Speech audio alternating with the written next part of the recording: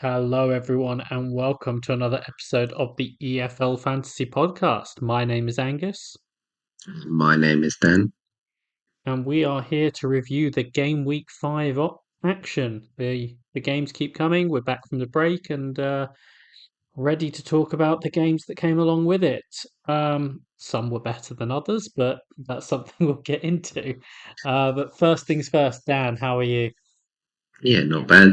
Um, I enjoyed the break, and then Luton won. So yeah, it's a good return from the international break. I've got an annoying line down the face on my screen. I don't know how it's there. If anyone knows how to get rid of it, please tell me. Um, yeah, but overall, another interesting championship weekend. Yeah, so we're gonna get into some of that. We're gonna do sort of the normal things we do. We'll go through our teams. We'll go through some of the team news. We'll go through sort of some of the games, and we will then answer your questions. So in terms of how we did this week, I'll go first, in part because I just want to get it out of the way. So I ended up on 45 minus four, which is a lot less than a lot of people this week. Um, at least my two purchases went well. I bought Palmer and Hegem from West Brom. They both got 8 points each. I had Campring for a nice playing 0 pointer because he came off pre 60. Um, Firpo for three, Doughty for five, Twine for two, Azaz captain for four, Harmer vice captain for 10, Joseph for two, Adebayo for two, and Hadji Wright for one. I also had Perez with his nine sitting first sub, so that was fun. Um, so bad week all in all, but I think at the same time I've been able to finally address the sort of goalkeeper position, and I'm actually not too unhappy with where my team is at this point. Um, so it could be much worse. I think there's sort of two or three moves that I could make, but um, for something that was a really bad week, I sort of feel like, I still haven't played a boost. I'm still sort of looking at um ways I can get that back, and yeah, there will be bad weeks at points, and this was basically one for me. Dan, you obviously did significantly better this week. Yeah, so I got 71. I overhauled in the end. I got to Friday and I was trying to make moves and I was building towards away days in seven and I just didn't like the moves I was gonna have to make from how my team was set up. I wanted to attack um West Brom over the next few weeks. I'd got Hamer, I got O'Hare and I wanted Hamer. I wasn't too sure. I wanted to get some Sunderland in, and I wasn't going to be able to do that with how my team was set up. So yeah, I sort of wanted to attack the next two game weeks, but set myself up for away days in seven, and I have done that. So my team is Nardi in goal for four, Furlong six, Doughty five, Burrows nine, Fellows eight, Dembele two, Hamer seven, Mundell nine. I vice captain Madger for 15, Kiefer Moore two, and Captain Mayende, which is a bit annoying because it was between Madger as well, and I just went the wrong way on that. Um, like yourself, I had Perez first sub, but I also had Elder Ah, second sub who yeah. managed to get 13 points. So um, yeah, because before the West Brom Pompey game, I was sitting there with obviously 22 points, and I was like, do I even want the West Brom game to go ahead? And the answer was yes. So yeah, overall quite happy. I jumped up about 100 places to 280. I've set myself up quite well for the next few weeks. Although my planned move this week was to bring in Lyle Foster because I've left myself enough money to get Foster and Adebayo. Um, yeah, so that might need a rethink. But yeah, overall pretty happy with where my team is going towards away days in seven. Yeah, sounds good. I should have said I dropped down to, I think it was about 470, but it shows like ranks are so condensed at the Yeah, moment that that was a bad week and it sort of dropped my rank massively. So at least in theory, it can swing back the other way. Um, okay, cool. So move on to the team news now. I hope you've done that, Dan, because otherwise about to get yeah, very boys. awkward. Yeah, I have done it. Uh, Um, so yeah, the fantasy relevant team news: Hull, Buami, Kamara win for Miller and Slater. For Burnley, Humphreys played right back with Fleming, who played as a striker. They were in for Roberts and Foster. Luton, Mengi, Nakamba, and Walsh were in. Walters, who was ill, was out. Baptiste, it's been a bit quiet, but I'm guessing he's injured. And Morris was probably the big news. He dropped out as well. When we played, Doughty played right wing back, and Clark moved into the front three. Oxford, Morley, and El Mizani Dembele were in for Long, Bennett, Rodriguez, and Phillips. Stoke, Cannon started. Preston played 4-2-3-1. Greenwood, Frank Jensen, Ockles were behind Reese. Um, Plymouth, Grimshaw was in goal. Obviously, Hazard's injured, and Obafemi played up front. For Sunderland, Neil came straight back in after suspension for Brown. Sheffield Wednesday moved to a 3-4-3. Johnson played left wing back. The front three was Windes, Ugbo, and Becky. QPR, Clark Salter was out. I think he's injured. So Dunn played centre back, and Heverton Santos played right back. Anderson was also in. Swansea Norton played left back. Timon was on the bench, and Cullen replaced Vopotnik. Uh, Coventry played 3-5-2. The Silver was in for Bidwell. Mason Clark was up front with Sims as Wright was on the bench. I think that was mainly due to travelling from America, I think. And Pompey, Lane, and Murphy were in for Sammy Silvera. Yeah, that's pretty much it. Obviously, we've had the end of the transfer window and internationals. It was a bit up in the air, a lot of surprise changes, I think.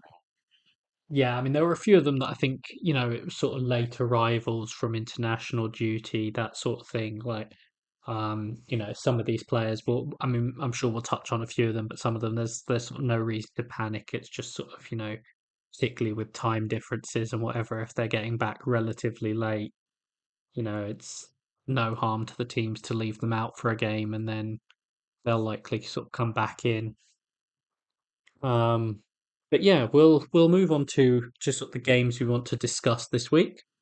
I'm going to kick us off first, in part because I've picked more games than Dan to talk about. um, and I'm going to start off with Oxford 1, Stoke nil.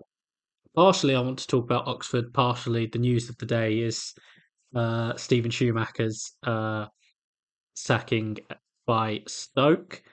Um, I'm going to talk about Oxford first because I think there's a danger in terms of us talking about Schumacher that Oxford get kind of lost in this. Oxford, I think, we've been impressed with how they've started the season. They've done particularly well at home so far. They're seventh now, 3 wins, 2 defeats. And you think, like, even the 2 defeats, they were still sort of in the level relatively late. Um, But in this game itself, they had more of the ball. So made a note of sort of a few sort of notable stats, I guess, from the game. They had 56% possession. XG was 1.26 to 0.53, so deserved. 14 to 9 on shots, 8-1 on shots on target, and big chances was 3-0. So it certainly shows that Oxford were the better side in this game. Um, and I think, they did well. There were some sort of interesting moments. I thought the goal was taken very nicely. Well worked. I think it was Ruben Rodriguez who came on for Brannigan, found El Mazzuni well. There were a couple of other chances. I think Kyoso had a decent chance, and they just played better. I think it's they like I said they've started the season well. It's probably beyond what any of their fans would have sort of hoped for from the season so far. Um, and they've made adjustments quite quickly. I think the one thing we would have said um, sort of before this game, not that they were sort of bad defensively, but that they were teams were getting at them a little bit. I think Stoke were the first team that didn't really do much against them. And so I think that's another reason for concern for Stoke. But it shows that Oxford are capable. If you come up up against them and either don't take them seriously enough or don't show them the proper respect, I think that's sort of what Schumacher seemed to be suggesting after the game about the players. Then they're gonna take advantage. Yeah, they're just in terms of rough numbers, they're sort of mid-table so far for both XG and XG conceded.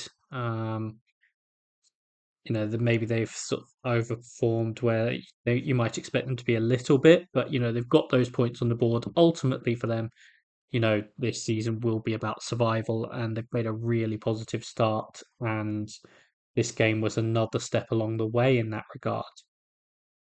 On the Stoke side of things, yeah, the Steven Schumacher has been sacked. Before we talk about that, Dan, anything you want to add about Oxford?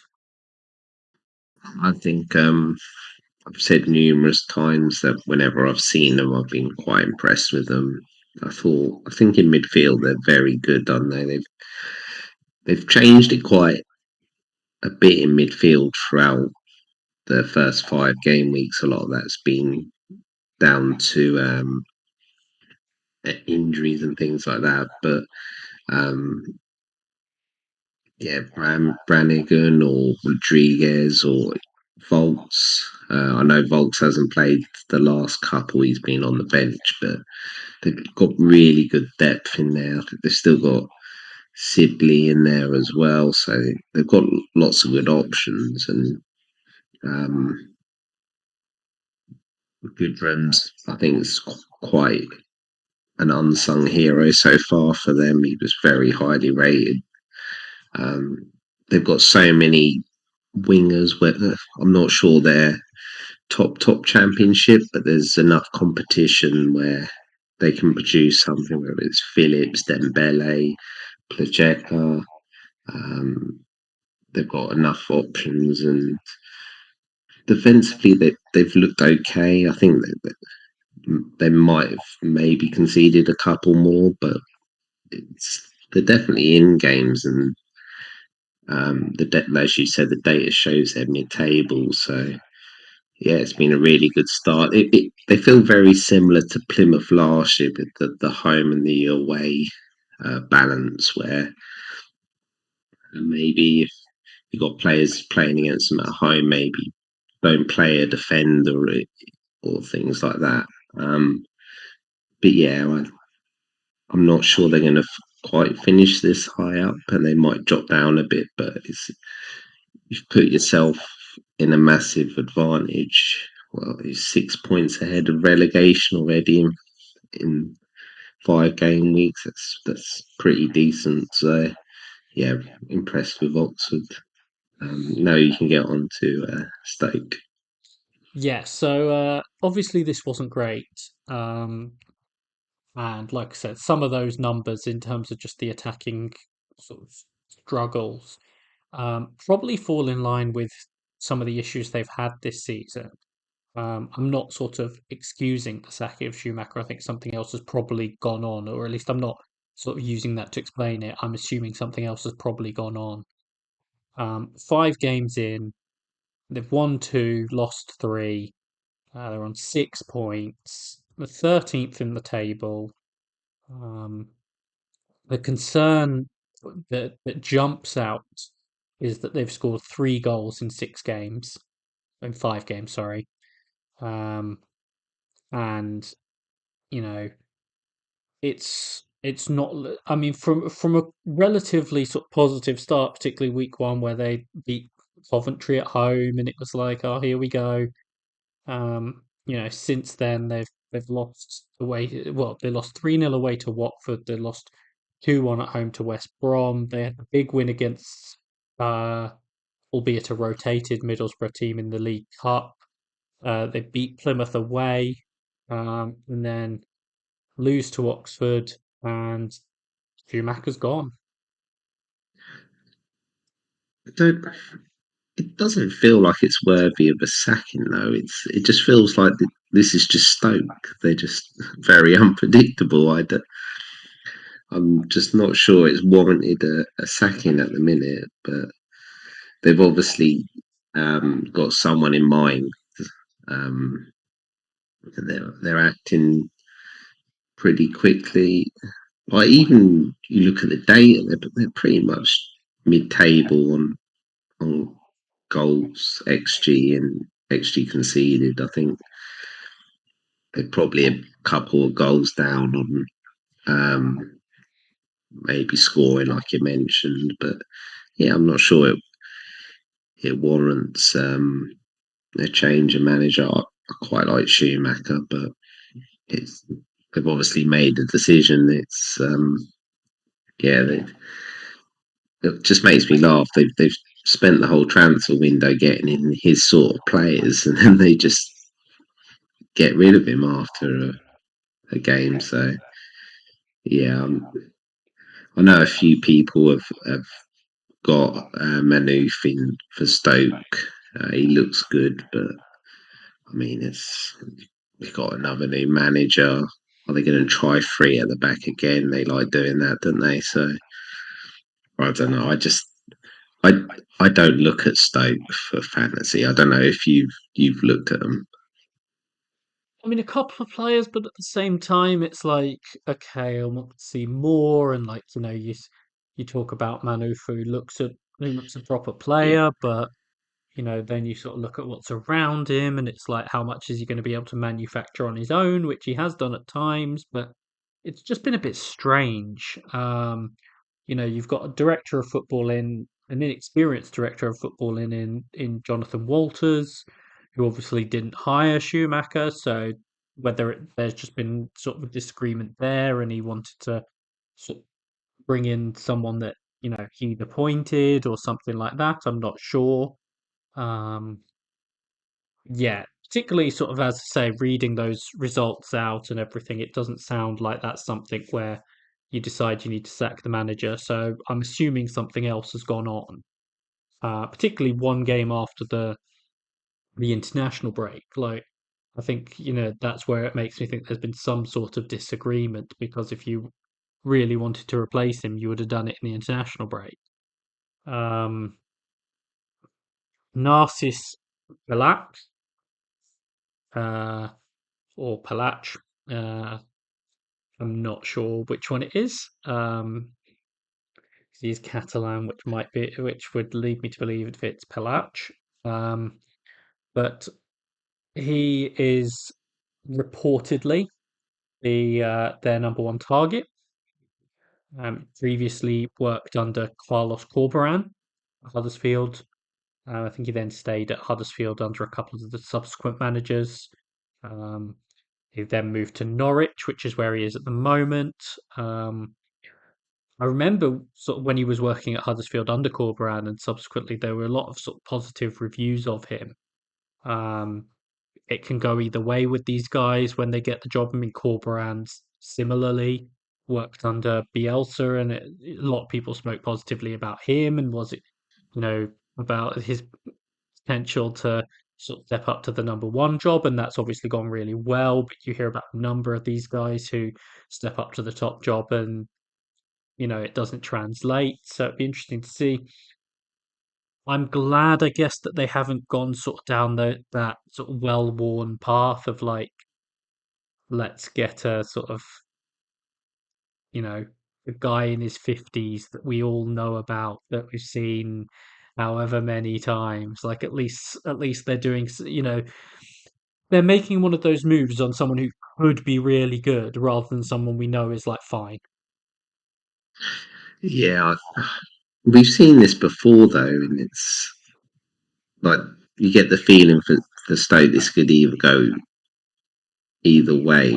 Like we saw last year with about 3, 4 games, they could have got relegated. Mm.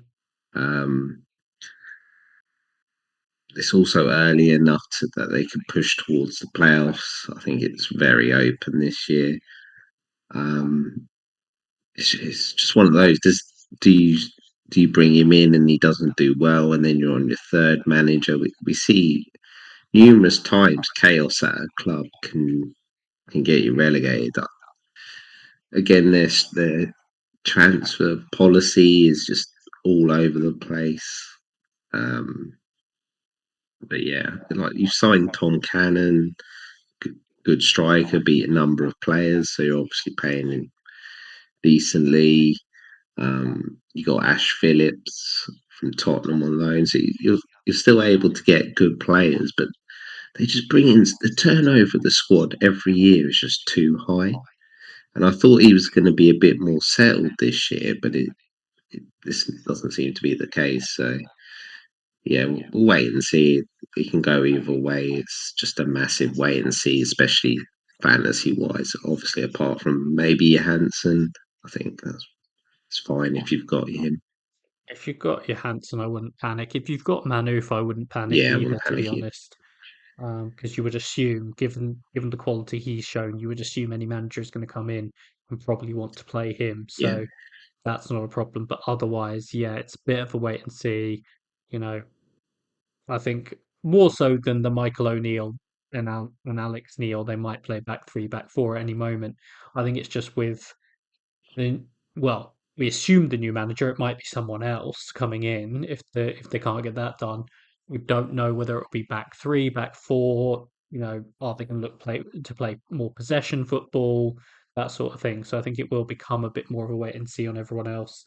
Um, We've got a big game in terms of clubs that feel great about themselves at the moment this week against Hull. Um, they then go away to Borough, home against Portsmouth, away to Swansea, you know, home against Norwich, home against Bristol City. So it's not necessarily the worst run to come into, it's decent one to come and it's into. and it's an opportunity for a new manager to hit the ground running and get some points on the board, and everything suddenly feels great. But it feels like there is going to be that pressure because it's sort of come out of nowhere and everything as well. Um, But yeah, so I think that, as you say, they're a bit of a wait and see. But this was obviously sort of disappointing result for them, and an interesting one. I was saying this morning, I'm really glad that we decided to record today on Monday rather than Sunday because it could have ended up looking, well, not looking a bit silly, but just it gives us something else to actually talk about, um, which is notable. Um, right, so that's Oxford against Stoke. What's the first game that you've got for us, Dan? Yeah, I'm going to do the Friday night game, Hull against Sheffield United. Um, Looking at Hull side, I forgot they signed half these players, so I was quite intrigued to see them. Obviously, they had a really good attacking side last year. Um, and Sheffield United, although they've been getting results, haven't been overly massively impressed. I think you can see they're gelling. Um, but yeah, they took the lead. Gus Hamer, I can't remember who lost it for Hull, but he lost it in centre Balumi. mid. Yeah, Yeah, and it ended up a 3-on-1. yeah.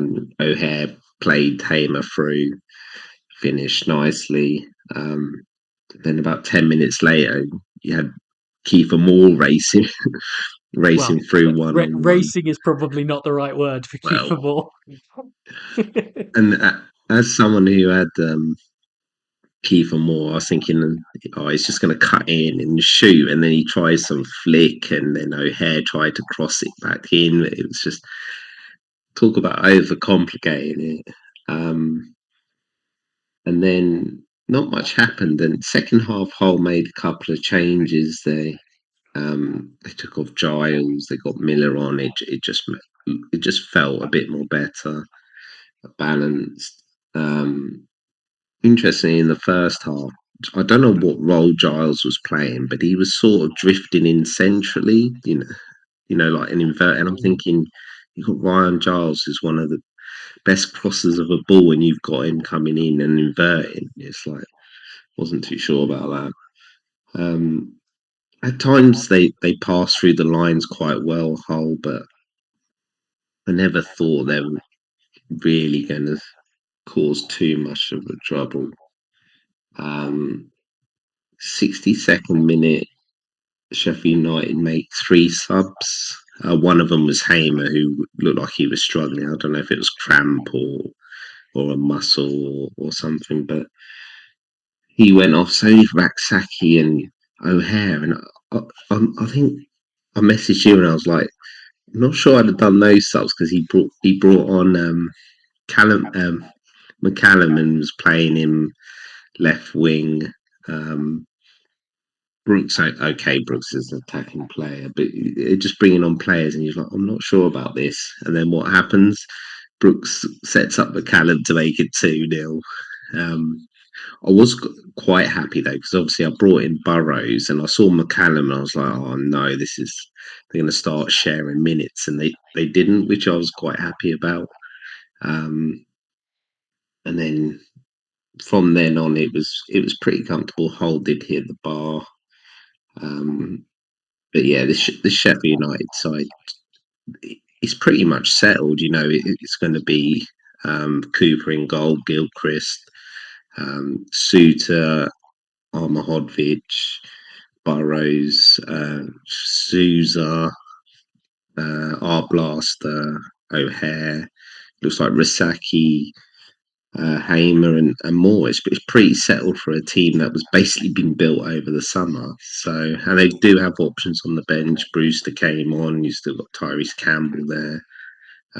Brooks came on. So, yeah, I'm not sure about Hull. It's a massive wait and see for them. Um, Sheffield United are starting to look very just comfortable. They're sort of getting into a rhythm where they're just going to win games 1-0, 2-0. I don't know what you think about them. I'm glad I've got three of them in.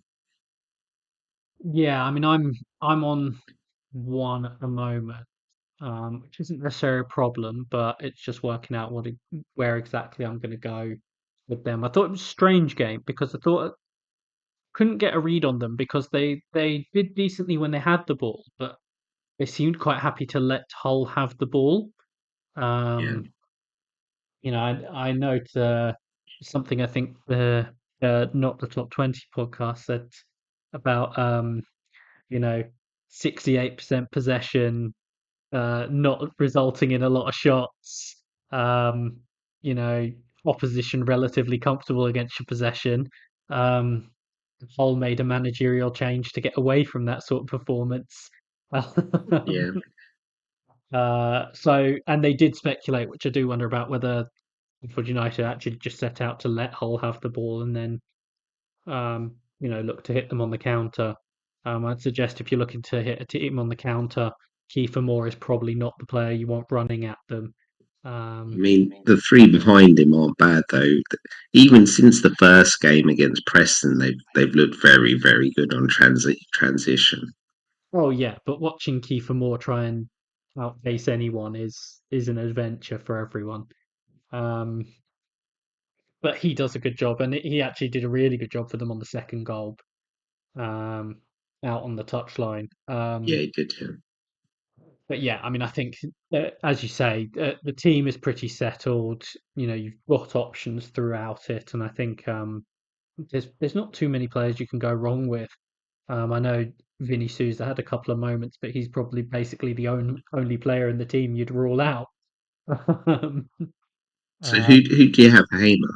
yeah, Yeah, so I've got Burrows, Hamer, and Moore, and I think that'll definitely stick until game week 7. Hopefully, Hamer's not injured. Um, he looked in some might be. discomfort, but was also able to walk off under his own power and everything. I wonder So if it's just like cramp or something. I'm not sure. It was quite early for cramp though, so yeah, although he yeah, runs around a lot, so yeah, he does. Yeah, to be fair, gets booked for stupid things as well. yeah, almost as stupid as the Alfie Gilchrist yellow. I will mention that because I thought he was a touch fortunate actually that it was only a yellow, but um, yeah, plenty of options from them. As I Are you say, I think targeting Hull? at the moment it's hard not to. Yeah, Problem this week is they play Stoke. I'm not getting anyone from Stoke as we just discussed. I have no idea what that score line is going to be. You could tell me that game is going to be anything, and I would probably believe you. Uh, I mean, the problem again, you start looking at their games, and it's like, yeah, I'm not sure I'm targeting Hull at the moment. They Stoke away, Cardiff at home. Like, you're not doing that either. You probably get to game week 8 and they play QPR away, and you look at them and think that might be something. There might be something there. Yeah, But otherwise, yeah, it's you're not looking at much to even target them at this point. Um, but yeah, so that's the whole Sheffield United game. Um, Second game I've got is Blackburn 3, Bristol City nil. Couple of things just to say about this game. I've got the same sort of stats as the first game I looked at. Blackburn had 45% of the ball. The XG was 0.98 to 0.74. Uh, Shots relatively even, 9 to 8. Shots on target, 3 to 2, which, yes, for those paying attention, means Blackburn scored every one of their shots on target. Um, and big chances was 2 to 1. I think the place to start with this game really is Ohashi. Just two great finishes, one with his right, one with his left, um, which probably explains sort of the low XG in terms of where they were from. The left-footed one in particular is perfect. Starts it outside the goal. You can almost see the camera angle, particularly on the highlights. You can see he sort of starts it off outside the goal and it just bends in perfectly. Lewis Travis with I think it was his first goal in 2 years to open the scoring as well. Um, Big result for them. They look relatively comfortable in defence. Um, as I said, they weren't giving up a great deal of chances to Bristol City. They were giving up even fewer good chances. I mean, Scott Twine had a couple of good opportunities. One where he was very well denied by Pears, frustratingly for me. Um, but I think they're interesting. I think there's going to be some rotation in the attack, which is part of the problem, really. You've got Gay to come back into the team, and that sort of thing. So it'd be interesting to see where exactly they go. I do think, I mean, quite a few people have got pairs. I do think you can look at them defensively at this point. They're doing well enough defensively that I think that they are a team you can very much look at. Yes, they've conceded sort of 6 goals in their 5 games, um, but do think that they potentially have some options. And I mean, they've played sort of Norwich, but they had the game against Oxford,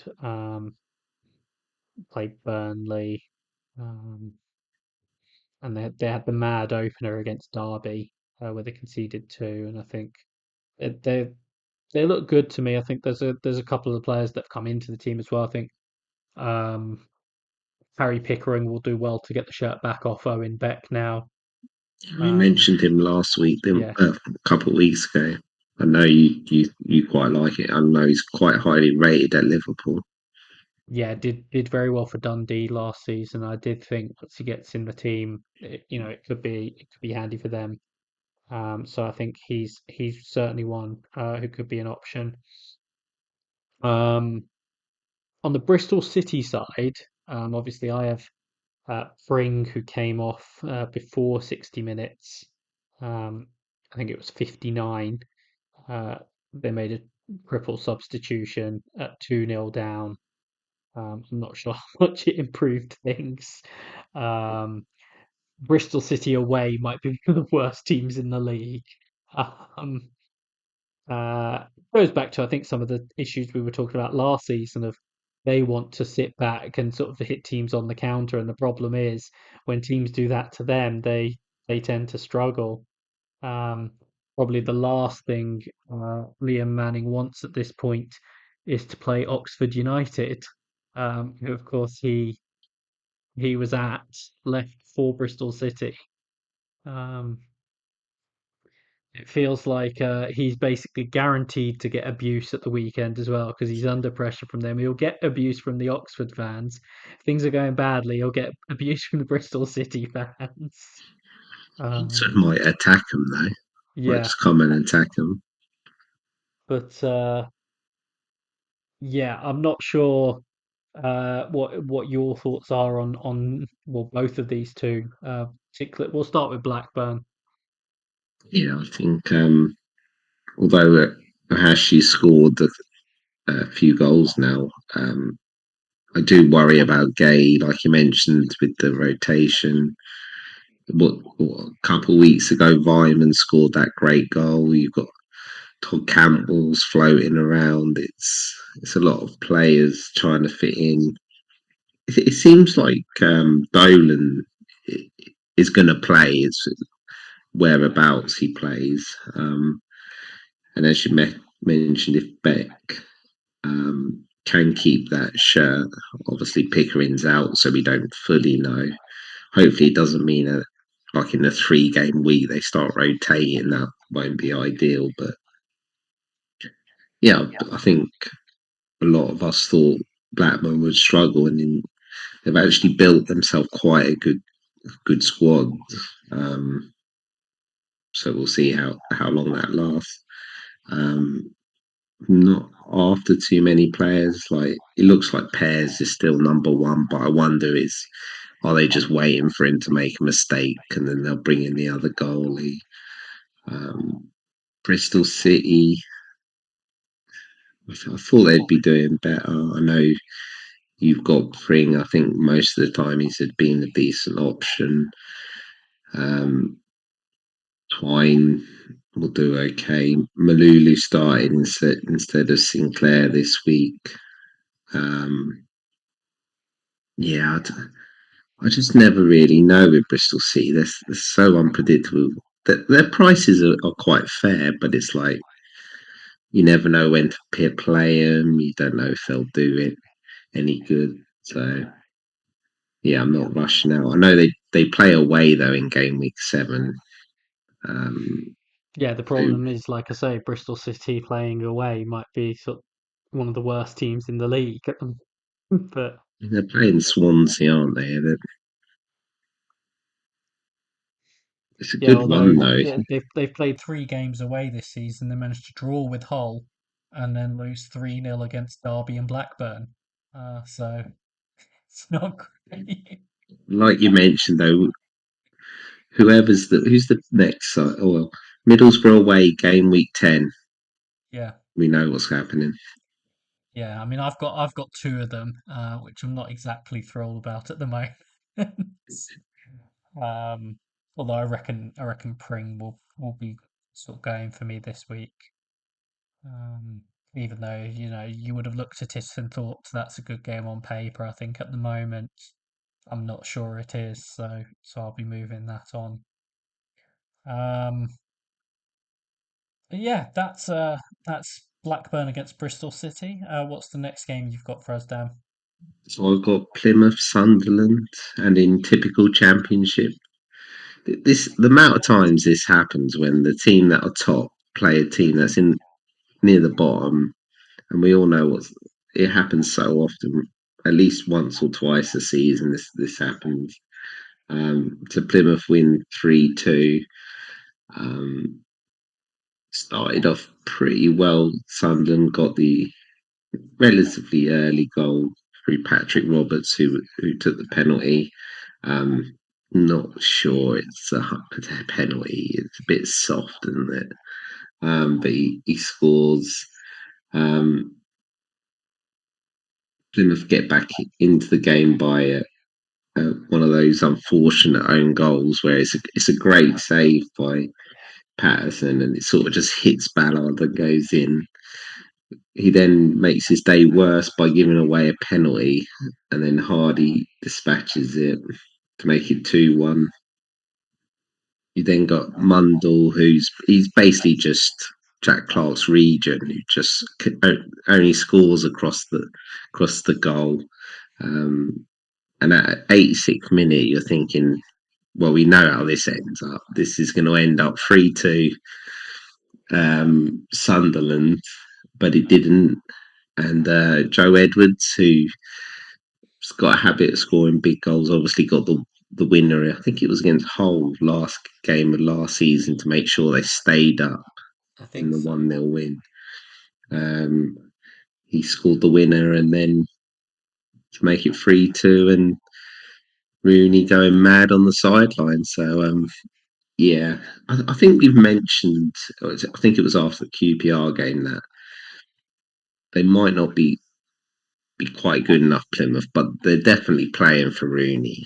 And I think we've seen another instance of this. Um, I'm not quite sure how good they are, but they're competitive and they will pick up points. It's probably especially at home. Um, so yeah, Sunderland. It's unfortunate that they won't be happy. The fans won't be happy. How long is that drive? That's the biggest thing is the journey. Yeah, so it must be about 16 hours or a round trip or something like that. Um, but if you'd have offered Sunderland 12 points, they'd have taken it. So I think the biggest news for them was the fact that Chris Rigg stayed in the side even when Dan Neil was back. They could have played Brown. Whether that stays now though, um,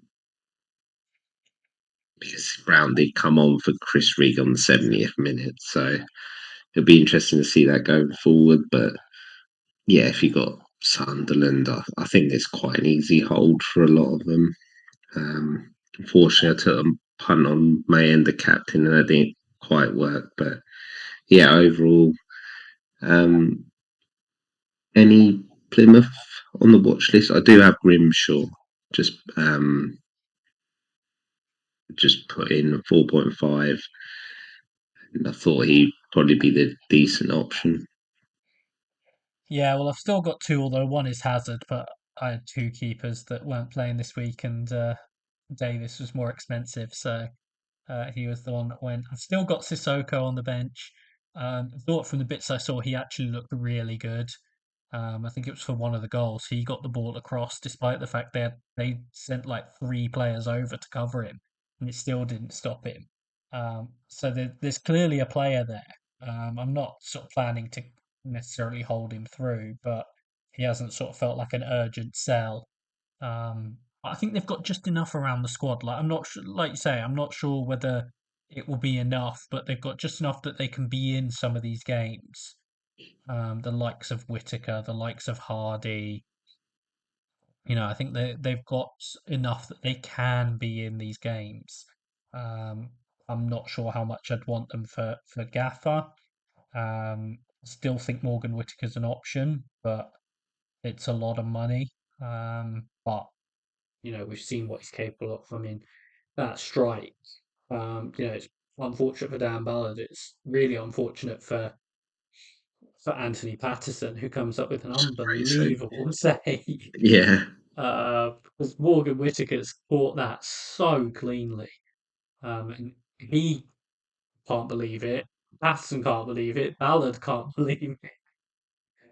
But yeah, I think the goalkeeper's fine. We've seen with Hazard. I think Grimsrud had a good game in the cup for them as well when he played. I think that'll be fine. Um, I think we've got a keepers question later, and I think whoever's starting for them is probably going to be one of the ones you're looking at from that point of view. Otherwise, I think as much as I like Sissoko, I think you're probably, apart from the goalkeeper, looking at Whitaker or no one at this point. And Sunderland, obviously, um, I think I've got two at the minute. I've got Mundell and Mayenda. Um, Mayenda was a short-term punt. He's probably the one who's going to go for Foster if I go there. Um, I think Mundell is getting to the point where it's near enough a no-brainer at the minute. I don't know if you feel the same way. Yeah, I mean, I think it was interesting watching at least the highlights of this game, where I think he didn't necessarily have it all his own way until the goal came about, but at that price, you sort of just you can stomach the blanks easier as well because when you're spending that on someone, they're not supposed to return every week, so Yeah, I think he's going to become harder and harder to ignore. I'm not sure whether the timing will be quite right for me buying him this week, but um, very much on radar. I know I've spoken before about any number of Sunderland players being on the radar, and I think it's still the case. I think anyone who has Patterson is very happy with where they're at this point. Um, Looking at the fullbacks, I think people will go with Hume and Sirkin. You've got, I mean, I mentioned Rig before. I'm not sure how sort of sustainable any returns will be. Um, but you've got Mayenda, you've got Mundell, and you've got Patrick Roberts, who we now know is on penalties, which is another yeah, boost for him. He also hit the bar with a free kick. So we know he's on, and then he's on at least, I think he's on the corners from one side. So there's multiple potential avenues to returns there. So I do think Patrick Roberts will go overlooked as well because of Mundell's price, but I think he is interesting as well. yeah. I agree. Yeah. Um, but we've talked about them quite a bit. It's also relatively self-explanatory at this point, I think. Um, I also think on Plymouth, I think it was important for Rooney to to have a moment like that, not even just a result, but a moment like that at home. Yeah, I I think I agree. think that's a big sort of swing for them now. So the final game that I wanted to sort of talk about as a focus, which is another one in terms of talking about a team that a lot of players will be owned uh, from, is Portsmouth nil, West Brom 3. So in terms of some of these stats, West Brom just at 46% of possession, but the XG was 0.70 for Portsmouth, 2.27 for West Brom. Uh, 19 shots for West Brom, 14 for Portsmouth, 7 on target for West Brom, 0 on target for Portsmouth, 2 big chances for West Brom, 1 for Portsmouth. Big result. I think some of those stats will suggest it wasn't quite as comfortable as the scoreline suggests, which I was watching it on Sunday and I thought, yeah, for a while there, I thought Portsmouth were going to score, particularly in the first half. West Brom seemed to almost be trying to gift it to them, particularly at the back. Um, and they got a few sort of vital blocks in or shots missed, and then I think they settled down a little bit. Like I haven't sort of looked into particularly when some of those shots occurred. It wouldn't surprise me if a decent chunk of them came early in the game. Um, but I was quite impressed with West Brom. It's the first time I was sort of able to sit and properly watch them this season. Um, you can form some opinions based on sort of things you've seen, but saw they've obviously scored in the first minute, which helps with Magic being set up by Fellows, which For those of us who just own defensive assets, was about the worst possible combination for a goal I've seen. um, and then obviously Alex Mowat has got 2 goals. Really good finish for the second. The free kick for the third is outstanding. Um, Although we've seen the ability Mowat's had in the past. I remember, I think I started the Mowat bandwagon when he was at Barnsley. Um, and he's had an up and down time since, being sent out on loan at one point and that sort of thing. Um, but I think, I'm not necessarily saying, oh yeah, you're going to pick Alex Mowat, but um, I think it was another encouraging game for West Brom. They've obviously started the season really well, um, and they're another one. We talk about teams with assets throughout the team. They are certainly one of those. I've paid the full whack for Palmer. I know a lot of people aren't going to do that. I just thought, set and forget, just leave him in there. He's picking up bonus in these games as well, which I think is sort of part of the reason I went with him. Of the defensive players, I think it was him and Hegem that picked up bonus this week. So that felt good. But Hegem and Furlong, both popular picks. Um, Fellows looked excellent in this game. I felt sorry for the left back who, I think that Fellows will make some players better than that in this division. Put them through a rough day. Um, Josh Maja playing really well at the moment. Um, he was clearly feeling good because he tried to lob the keeper from about 40 yards out as well. Um, uh, and he looks a real option at the moment. I've sort of been stubborn about him, in part because we've seen it in flashes before from him, and it's then sort of never really happened. But I was really impressed with him watching this game. As I say, it was the first chance I had to see them play a full game, and I thought he looked really good. The one slight caution I have with their attacking players is there's the potential for rotation. Yeah. They brought um, Jed Wallace, Diangana, and Mikey Johnston off the bench in the 3 spots behind the striker. They brought Dobbin on as well. They've still got Daryl DK is due to be back soon. If Daryl DK could stay fit, particularly with the talent they've sort of amassed there, it could be really fun. It's also just someone that I'd love to see stay fit, just because he's so fun to watch, and he's been through so much, and he seems like such a lovely guy, that it would just be nice to see him stay fit for a little while. But it does show the concern there in terms of those sorts of positions. But I wouldn't put people off, particularly Fellows and Madger. Fellows obviously came off early again after being booked, but he also showed in that period of time what he can do. He could easily have had more in the game as well. In Madja, similar, like there will be times where he's coming off a bit earlier, but playing so well at the moment that I wouldn't put anyone off him. I know you went West Brom heavy on your overhaul, Dan. I assume you're sort of quite happy with that at the moment. Yeah, so I went, I think I mentioned Furlong, Fellows, and Madger. I've seen a few people, and I think you and Irons were getting Hegem.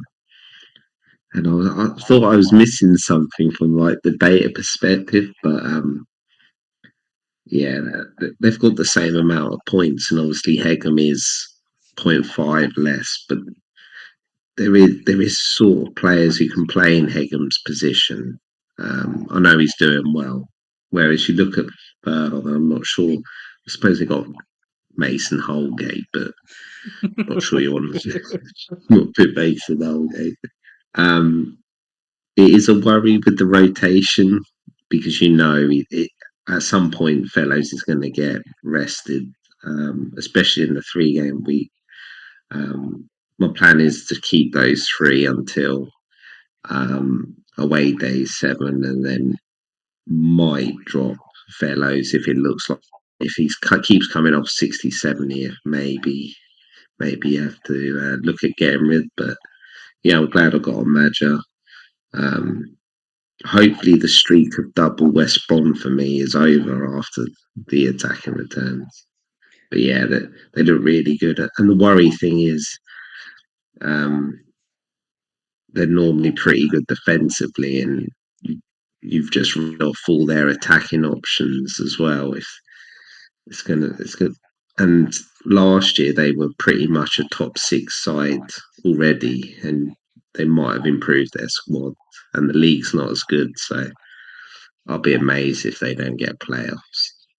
To be Yeah, honest, yeah. I mean, I think everyone around there has every right to feel positive.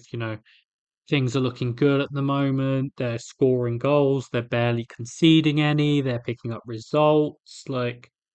It's positive. As we've said, there's options throughout the team. I will say Hegem over Furlong for me was money. In terms of yeah, making I moves think this that's week, fair. particularly with Palmer, where I've obviously spent out for Palmer. I didn't quite have enough to get Palmer and Furlong, which probably would have been my instinct, but I'm not unhappy with Hegem. Um, but yeah, really positive for them. Um, so yeah, and like I say, it was my first chance getting to watch them properly, and I was really encouraged by what I saw. We know they've got a good manager. We've talked about the squad depth throughout there. Even the likes of Ratchich, who came on in midfield, looks decent and that sort of thing. Um, it's really positive for them. Um, in terms of Portsmouth, a little bit of concern for them in terms of we've talked about them defensively having some issues. I think that was the case again in this. In terms of just some of the numbers they're conceding, particularly on the underlying numbers. It's It's too tough to big. say because they are in the midst of the possibly the worst possible start to the season, and they've got a couple more to go before they get out the other side of it. Um, so, you might start looking at them in sort of 3, 4 games time, but for the moment, you're still not considering them just because of that horrible run. I think the worry is, obviously, as you mentioned, they've got Burnley and Sheffield United to come, and then they played a lot Yeah. of the better side, so they do have a nice run. But how bad is their confidence going to have been hit? Um, you obviously come up with momentum, and you just look at Oxford and Derby. What they're just outside, they've got 9 points each, and Portsmouth. They're not going to have the same momentum when they start playing teams who they will probably be able to compete with, and it is still too easy to create against them. And pretty much any team in the league will create chances. So I'm a little bit worried about them, but you're not really going to know until maybe seeing 3 or 4 games of once they get past their hard run. Yeah, and like I said, I think there were some positives, particularly in the first half in this game. I thought Josh Murphy had a couple of moments. Obviously, him coming into the team for the first time this season and that sort of thing. So that might help, even if that sort of thing, if they can get him a couple of games before they get into this run, that sort of thing could help them. Um, in terms of the other games, I will mention. I told Dan I've decided we're going to have a goal of the week segment now. And for people who think that's just going to be the best goal of the week, not necessarily. It's going to be my favorite goal of the week. Um, and this week, there's only one place you can go, the proper football of QPR's late goal against Sheffield Wednesday. Um, as it turns out, when people have slowed it right down, there might be a couple of fouls in there, there might be a handball in there, but I enjoyed watching every video of it where you don't even realize for half of it where the ball even is. In the end, Alfie Lloyd bundles it in. Um, but I just love that. It's what we say, particularly late in games, all the time. Get it in there, create chaos. You never know what's going to happen. And just a wonderful goal. Also, if anyone out there wants to sponsor the goal of the week segment, I am willing to listen. But this felt like a fitting goal to kick off the goal of the week segment going forwards. Do you know what's the funniest thing?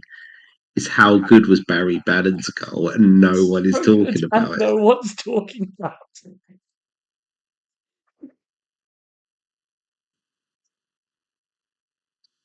Anything else, Angus? I'm going to mention Lou, and Yeah, um, just obviously Doughty moved over to right wing back.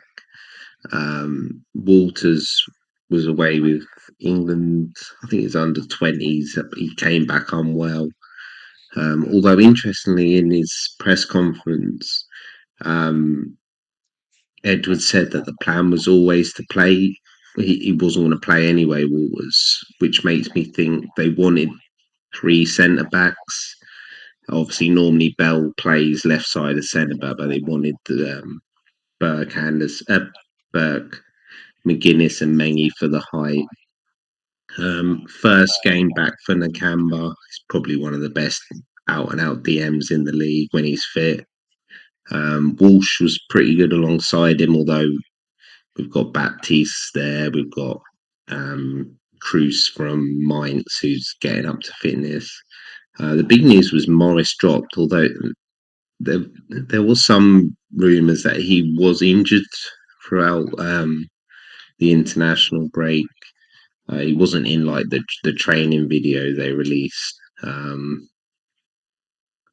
but that's a worry because if they are only going to play one of them, then they're going to share minutes. It's going to be like coming off 60, 70th minute.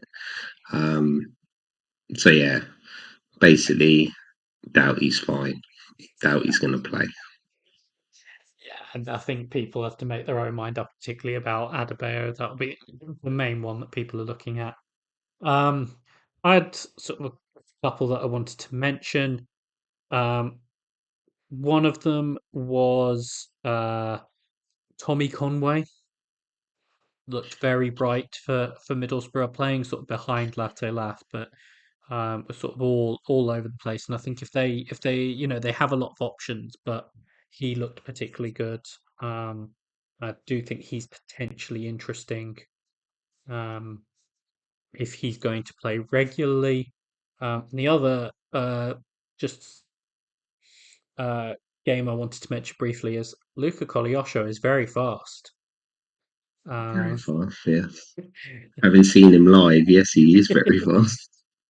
I mean, I know Solomon slips at the worst moment, but I mean, it happened a couple of other times, but the rate at which Kolyosho ate up the ground was incredible. Um, really impressed with him. I think after the sort of end of the transfer window stuff, he'll be on the radar of a lot of people. Now that he's going to be there till at least January, if not beyond. Um, Also mention for Zian Fleming started up front for Burnley. I thought did really well. Um, Did because obviously I was watching the entertaining game of Millwall Luton.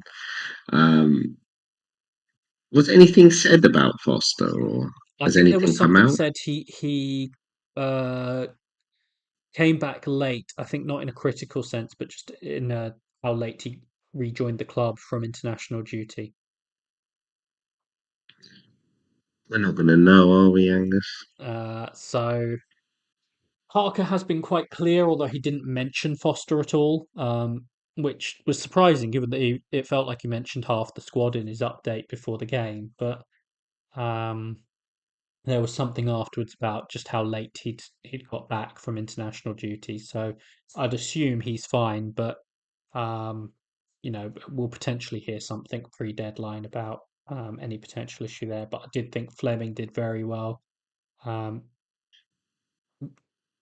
Held it up well, like a striker. But gave the lead centre backs, sort of a rough time all day. And I think he filled in really well. How exactly it will all fit together if Foster is back, and you would assume Fleming is going to play. If he plays the 10, does Hannibal drop back into midfield? They've got plenty of players, which is potentially the one issue with them. But Foster, I assume, will come back in, particularly because he did do well before in the Blackburn game before the break. Osho, I think is a big one. And Lucas Perez in the bonus again. Um, Yeah, I I wonder if he's going to get to. I know that they're playing Leeds, but I wonder if it's going to get to the stage where it's the same with Doughty. You just don't bench him. yeah, I, I'm not yeah. I mean, doing. I Yeah, had the choice. I mean, I was going to play Pring. You look at that game, and it made sense to play him. I was choosing between Firpo and Perez, and I think, like you say, at this point, I won't be benching Perez again. I don't think. Um, yeah, that's but fair. yeah, those were the other ones that I wanted to cover. Anything else from you before we get to the questions? No, I think that's it. Let's get on the questions. Got a few, I think. Yeah, we've got quite a few this week. Thank you to everyone who has sent them in, and I think there's a little bit of a range, which is always nice. So let me just bring that back up. So Jamie, the first question I've got here is from him. Well, first he said fellows. Thank you to the person who, in response to the uh, tweet for questions, just wrote Madja. Um, but the second question that Jamie has said: which championship club should sign Billy Sharp in January, and would he be a good asset? Um, I mean, I know what this is about, but I think personally, Billy Sharp would fit in perfectly with Leeds. Um, also, it'd be really funny to see everyone react. But no one should sign Billy Sharp, uh, and he would not be a good asset. Uh, Gaffer Hoops has asked us, what are your thoughts on the best Burnley assets? I'm not at all influenced by the image you attached to the tweets. Cheers, gents. I assume people have seen the tweet, but if not, I did use a GIF of Luca Coliosho for the questions tweet this week. We've mentioned Perez. I think um, it's hard to look past him at this point. Um, Osho probably feels like the best attacking one. I do still really like Foster as a pick. I wouldn't be panicking about that yet. And if Fleming plays remotely regularly, we saw what he was capable of at Millwall. If you put him in a team like this, I think he could be really good as well. Um, I'm not sure if there's sort of anyone else that jumps to mind for you. No, for me, it's. I think we mentioned last pod in a Parker side, whether it was Mitrovic or Solanke. He normally sticks with one centre forward now. Hopefully, that's going to be Foster because that's the person I'm trying to bring in. But yeah, I think Perez is. But he's already had a couple of price rises. I think he might have been underpriced. I think quite drastically, but yeah, I think Perez is near enough a no brainer. And I'll get Foster in. I'm still a bit unsure with the midfield. It probably will be Anthony and Kolioshi, but they do have a few options there now. Yeah, I mean the other thing that I will say watching this is Trafford. I know he had a difficult season last year. Um, he has started the season well as well, and I think that makes a big difference to the likes of Perez. Because I do think he pulled out a couple of big saves in this game. He's done it in a couple of other games. Like just that floor being slightly raised in terms of the points for Perez, the more likely they are to keep clean sheets. So I think that's handy as well. But I thought he did well in terms of what was asked of him as well. Not that I'm saying you should buy James Trafford, but just I think it helps the defensive ones. Shirley has asked, who would you buy, Fellows or Kolyosho, and Furlong or Perez? I think it's Fellows and Perez at the minute. I think so. Perez, I think just I would expect them to keep roughly similar clean sheets, and Perez is featuring much more in the bonus. And Fellows, yeah, I just think is really impressive at the moment, and there's a little bit of a saving there. Yeah.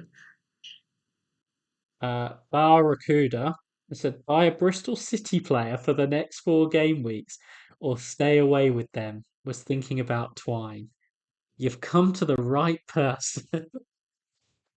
um, That's the problem for me, I will say, with the fact I've got two of them, and I look at the fixtures coming up, and mentally, I'm just sort of like, I should sell both of them. Look at the games they've got.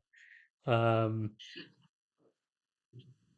but yeah, I think particularly because I'm planning on playing a boost this week, Ring will go for me. But Wine might stay, but I'm not sure. Given the way it's gone, owning them so far, I'm not sure I'd advise anyone to buy them at this point.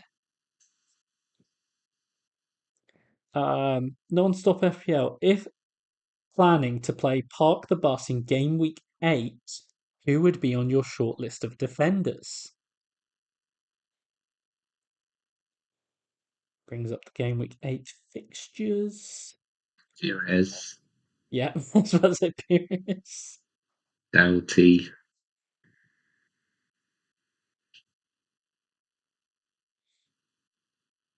Sirkin, or Hume.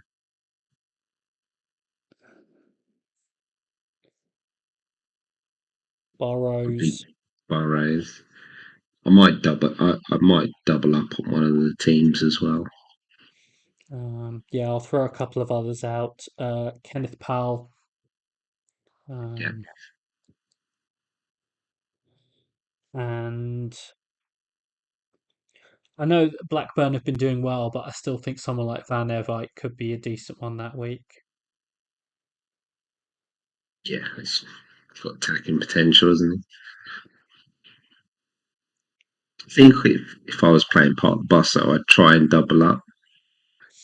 Yeah, I Like think go I think go there's I for think it. there's two or three. For those looking both this week, which is obviously what I'm doing, and game week 8. I think there are some of those defenses that you can potentially double up on.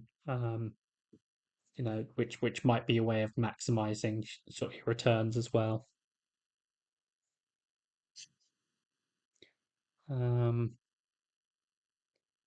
James Wood has asked, is Ohashi at Blackburn an OOP gem or rotation? And the fact he plays for Blackburn, too much of a counter argument. He's asked the second question, but we'll address that first. Um, I'm more concerned about the playing for Blackburn element, just in terms of you mentioned earlier the number of options they've got. I don't think he's OOP. I think that was partially about Gay being suspended. I don't know if you have sort of anything further on him.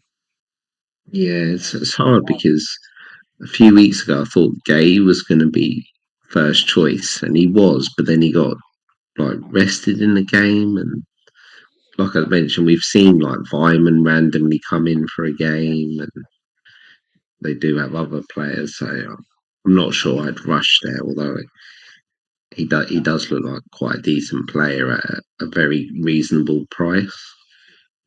Yeah, absolutely. He's also asked a second question.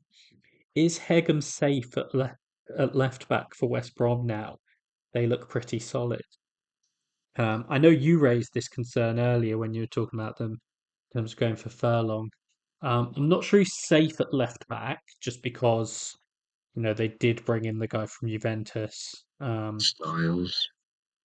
Styles, I think, will mainly be used in midfield, but I think the other thing with Hegem is he's a left-sided centre back playing at left back, and I do think that if and when they wanted to make the change at left back, and I think I've seen a lot of West Brom fans of the same opinion, if they wanted to bring someone in at left back, Hegem would slide inside to centre back.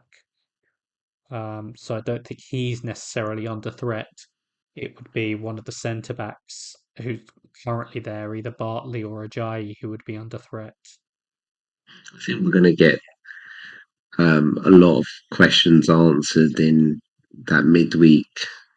It's always the dreaded first midweek because you Yeah, just don't know what managers feel like with rotation and things like that. yeah, but I'm not necessarily concerned having picked Hegem. I'm still comfortable that he's going to play the majority. So, um, Niall Fairbrother has asked, who would you say are the best striker options for the next couple of game weeks? Josh Madger. Yeah. Um, I like the games for Kiefer Moore. Yeah, I do think Yeah, if we get it is Foster as well. We'll look at that next four: Plymouth, Oxford, uh, sorry, Portsmouth, Oxford, Plymouth, and Preston. Like you're not going to three get of the better four at form. home as well. Yeah, Uh, it's that's why I want him. So, Mr. Parker, if you could please say he's going to be in or out, that would be great. yeah, um, yeah. I think those are the main ones at this point. Luton do have it okay next three. Yeah, I think Adebayo is his first choice. yeah. I mean, he's not getting the returns so far, but He's missing a lot of chances though. yeah. Um, Pete Renarid9 has asked best keepers keepers week and keepers you'd go with for optimal haul. I have to admit, I haven't looked a lot at Jeepers keepers. I haven't either, but I think there's two teams that stand out massively, and that's Plymouth and Portsmouth at the minute. The problem is, it's if you're not going to do Portsmouth fairly recent, then they're going to come into decent fixtures.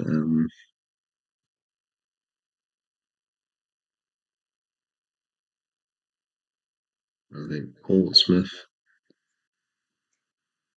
Yeah, looking at it in terms of the saves per 90. I mean, Connor Hazard is top, which you can, yes, substitute for Grimshaw, not necessarily the same number of saves, but it's then Will Norris, Victor Johansson, Zetterstrom, and then Landor at Hull.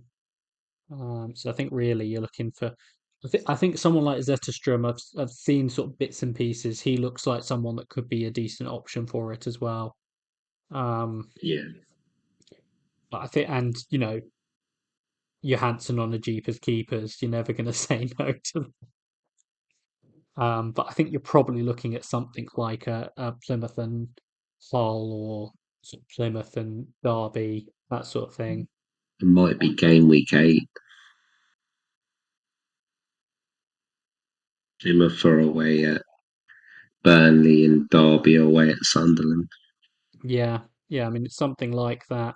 Um, because there's not many sort of weeks where these really sort of match up great, particularly with another team, um, which is sort of the issue there. I mean, I mentioned someone like Zetterstrom. They have a not great sort of next three or so, but then they actually go on a nice little run where you might want someone like that, but not for Jeepers keepers.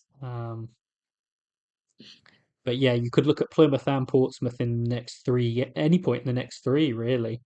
Um, and I mean, I'm not sure you'd want uh, Norris for Stoke away, just because I'm not sure how many saves you're getting from that. But Keep a clean sheet though. but at that point, that's where instead it might be. You've got Grimshaw, Burnley away, and Zetterstrom, Sunderland away. Um, where it's that sort of thing. I think it's partially about working out your keepers, but I think, that sort of those numbers back up what we would have thought about who the best options are going to be, and so I think it's then just working out which week you're going to put them in. And there's obviously sort of a couple there. Um, FPL Shaka Zulu has said, "Hello, gents. Who would be your top five assets to play away days in game week 7? Also, would you take a -8 across game week 6 and game week 7 to get to 10 away players and Azaz as the 11th, or overhaul in game week 6? I assume my answer to this would also depend on who you identify as the top five assets." He also wants to add, which is not a question, that he got a green arrow despite a captain blank, thanks to Elders 13, who's first on the bench and came on for Engel. Uh, I've seen some horrible Engel, not just Engel, but some horrible Elder off the bench stories, and you all make me sick. Uh, especially if I've got him second on my bench. but top five for away days in 7. I think we're going to mention Lucas Perez again. I think we're going to mention I think Alfie Doughty again. Foster if Yeah, he's available. Um, I think it's Hamer away at Portsmouth. yeah. And I'm going to say more generally, because it's not sort of specifying which, but your West Brom defender. Yeah, I think that's fair. There's good options there. Yeah, When it comes to the points, it, I was going to have to take a few points hits, but the fixtures were so nice for a lot of the players I wanted in 5 and 6. I thought it just the overhaul worked out. Um, just made me able to attack, and I don't have to take hits. Um, it, it's probably the same situation. If you're going to spend hits, you might as well just do the. You might want to do the overhaul if you have those key players, but you probably will have a yeah. I mean, I few of think a, them. a -4 each week is fine, really, in terms of what you're saying there. Um, if But that's it all it doesn't. takes to get you there. But Um, the problem he might have similar to me, where I could get to the players, but it wasn't like the players I wanted as well. yeah, So where I know O'Hare better this week, but I wanted Hamer. There was a few players that I had that weren't really first choice now that I wanted. So yeah, I yeah, definitely agree that it's player dependent. Like, if you can get to a good team, like the players you want, with two, with a -4 in 6 and a -4 in 7, then I'd absolutely do it that way. If you're going to be getting to 10 away players, but you've got some, like, some real sort of fillers in there, then I'd potentially look at the overhaul. But it does sort of depend. Like, if you suddenly, like me. I mean, I wasn't necessarily planning on away days in 7, but if you've got two Bristol City sitting there and that's going to be part of your away days, you probably don't want that sort of thing. So yeah, it does still fundamentally come back to who the players are. And that's all the questions for this week. Thank you to everyone who has sent them in. Hopefully that's been useful for people. Um, a nice little range there. We will be back this weekend. Um, I think the final game of the game week is it Saturday, Sunday, isn't it? Is Sunday, it still a Preston Sunday game. Blackburn? Uh, Preston Blackburn indeed. Um, and we will have to record on Sunday, because just to warn people, I am then on holiday for a week from Monday. So there will be no team news for the midweek games, although there probably wouldn't have been anyway, because there's minimal pressers ahead of the midweek games. But there also won't be any team news for the following game week. So there won't be any team news for game week 7 or game week 8. I think game week 8 is midweek, is that? Whichever way it is. Yeah, I think it's Um, 8. I know So there's a basically midweek game 7. week, which is when I'm away. Um,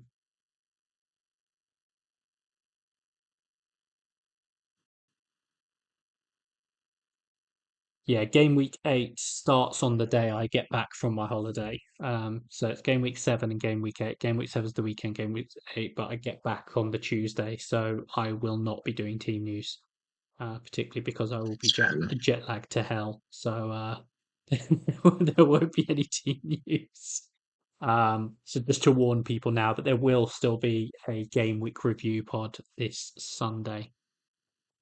So all that's left for me to say is thank you for listening and goodbye. Goodbye.